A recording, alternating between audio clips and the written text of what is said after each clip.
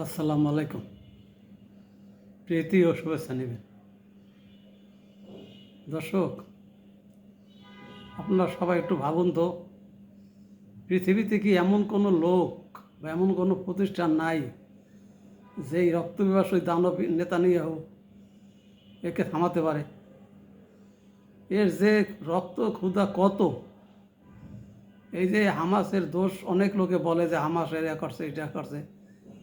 এই যে একটা জাতিকে যদি এরকম প্রতিনিয়ত তাদেরকে অত্যাচার, নির্যাতন, তাদের জবরদখল, তাদের এই সামাজিকভাবে ক্ষতিগ্রস্ত করা, পাখির মতো রাত দিন গুলি করে মানুষ মারা, নারী শিশু নির্বিচারে হত্যা করা, এটা মানুষে কতদিন সহ্য করতে পারে? এই আমরা এত দূর থেকেও তো এগুলো দেখতে দেখতে একেবারে মানে গাছও হয়ে গেছে, তারপরেও কিন্তু কোনো কোনো সময় সহ্য করতে পারা যায় না, সহ্য করা যায় না।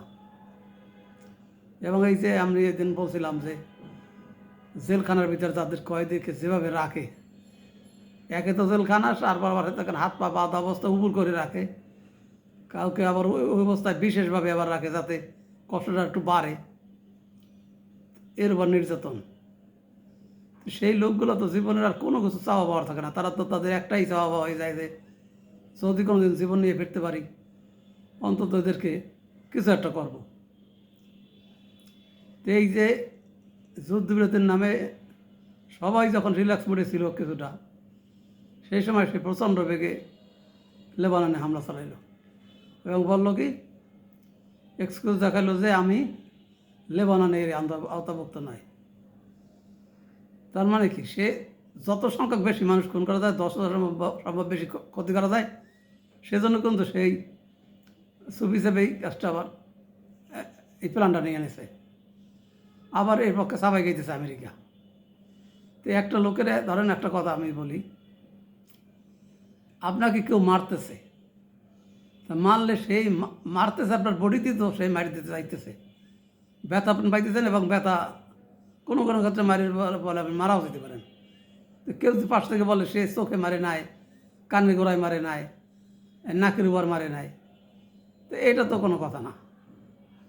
সে যুদ্ধবিরতি করছে, আবার সেই লেবাননে সমানে ধ্বংস করতেছে, মানুষ মারতেছে, অবকাঠামো ধ্বংস করতেছে। এখন সেটা বলি যে আমেরিকার ক্ষমতায় যেই আসুক, তাদের পলিসি এইটা যে বিশ্বে কোথায় কোথায় দাঙ্গা লাগিয়ে রাখা যায়, আর সেটা তাদের প্রক্সি যুদ্ধ চালিয়ে যায় সেই ইসরায়েল।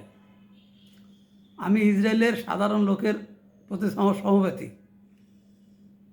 সবসময়, এবং শুধু ইসরায়েলি না, পৃথিবীর যে কোনো দেশের সাধারণ মানুষ, নারী শিশু বা সাধারণ নাগরিক যারা, তারা যেন কোনো এই অন্যায়ভাবে কোনো নির্যাতন, জ্বালা, যে জুলুম বা তাদের জীবনহানি এইসবের সম্মুখীন না হয়।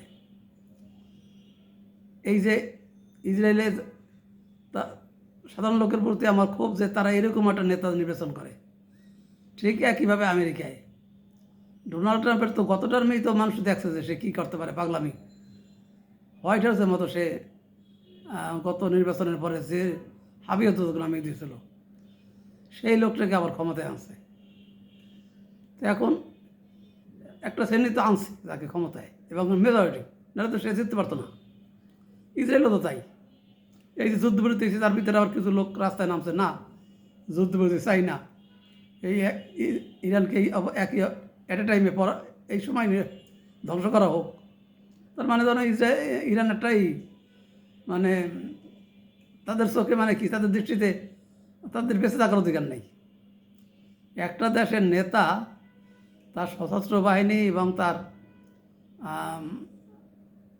যাকে আমরা বলি যে লজিস্টিক অন্যান্য সাপোর্ট, এসবের মাধ্যমে সে